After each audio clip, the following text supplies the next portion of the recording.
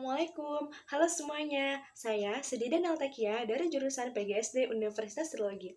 Di sini saya akan menjelaskan materi tentang anak berbakat dan anak bertalenta. Yuk kita simak videonya.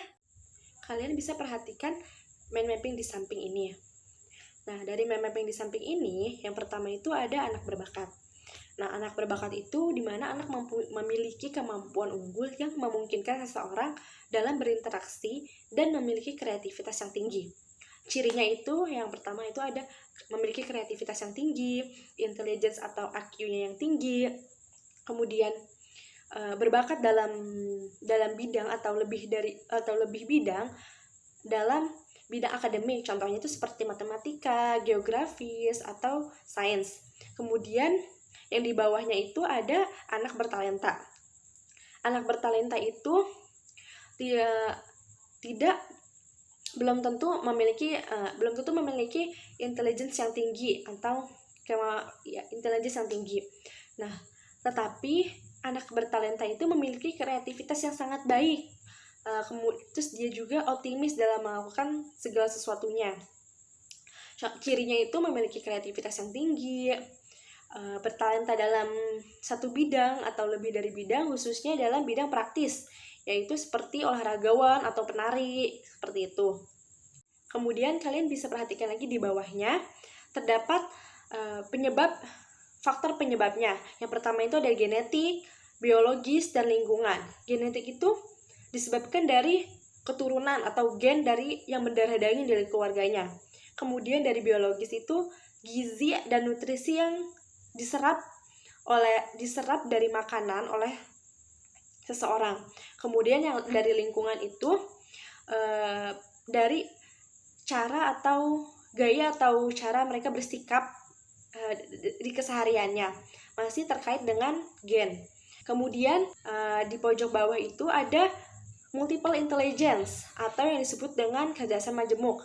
Menurut Howard Gardner, terdapat 9 kecerdasan majemuk. Nah, yang pertama itu ada linguistik, di mana seseorang yang mempunyai kecerdasan dalam bidang verbal, dalam bentuk kata-kata atau bahasa, seperti jurnalis. Kemudian yang kedua ada logis matematis.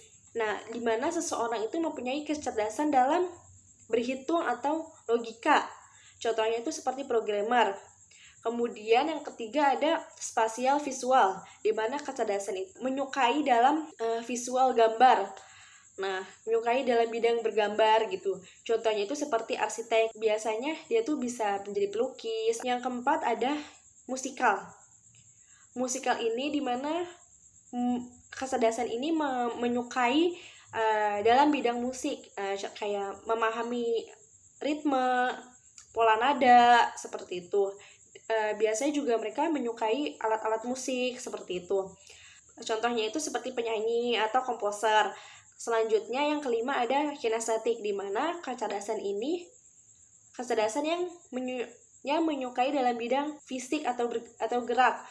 Contohnya itu seperti olahragawan atau penari. Kemudian yang keenam itu ada interpersonal, di mana kecerdasan ini dapat berkomunikasi dengan baik, peka terhadap perasaan, terus mudah bergaul dengan lingkungan sekitarnya.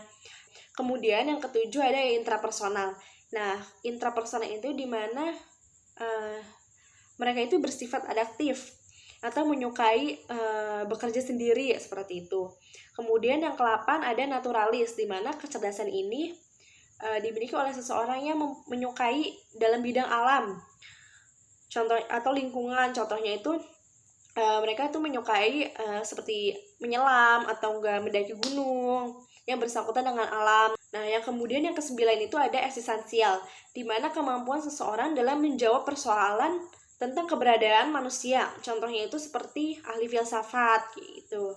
Selanjutnya, dari mind mapping di samping itu paling bawah ada karakteristik anak bertalenta dan berbakat. Pertama itu ada intelektual akademik, yaitu di mana cepat dalam belajar, luas dalam berpikir, kemudian menyukai hal atau pengalaman baru, kayak gitu. Kemudian yang kedua ada sosial, di mana mudah menyesuaikan, terus diterima oleh masyarakat, diterima oleh mayoritas lingkungannya.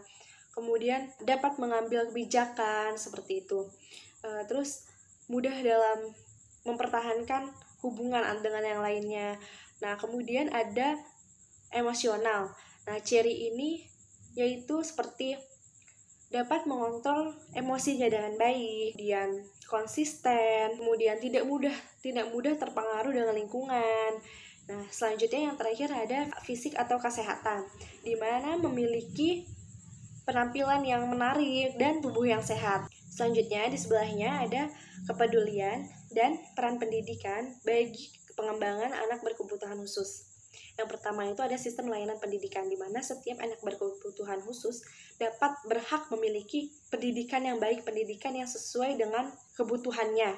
Selanjutnya itu ada fleksibilitas kurikulum, di mana kurikulum yang digunakan sesuai dengan kebutuhan anak berkebutuhan khusus tersebut. Kemudian yang ketiga itu ada pendekatan pembelajaran, di mana guru dapat membuat proses pembelajaran semenarik mungkin agar anak berkebutuhan khusus tersebut dapat mengikuti pembelajaran dengan baik. Yang keempat ada proses pembelajaran, di mana kurikulum dan kompetisi itu disesuaikan dengan kebutuhan anak tersebut. Nah, yang terakhir ada sistem evaluasi, di mana sistem penilaian yang fleksibel ya, sesuai dengan anak berkebutuhan khusus tersebut.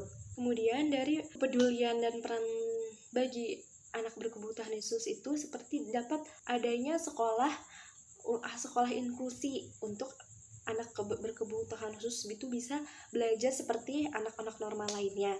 Kemudian berikutnya ada tujuan pendidikan inklusi. Yang pertama itu memberikan kesempatan kepada seluruh anak berkebutuhan khusus untuk mendapatkan pendidikan yang baik. Kemudian yang kedua ada membantu mempercepat program belajar pendidikan dasar bagi anak inklusi atau bagi anak berkebutuhan khusus. Kemudian yang ketiga ada membantu meningkatkan mutu pendidikan untuk anak berkebutuhan khusus. Kemudian yang keempat, yang terakhir adalah menciptakan amanat Undang-Undang Dasar 1945 yang terkait dengan setiap anak berhak memiliki pendidikan yang baik. Kemudian setiap anak berhak mendapatkan perlindungan yang baik bagi kehidupannya. Sekian penjelasan dari saya terkait materi anak bertalenta dan anak berbakat. Semoga bermanfaat. Terima kasih. Wassalamualaikum warahmatullahi wabarakatuh. Sampai jumpa kembali.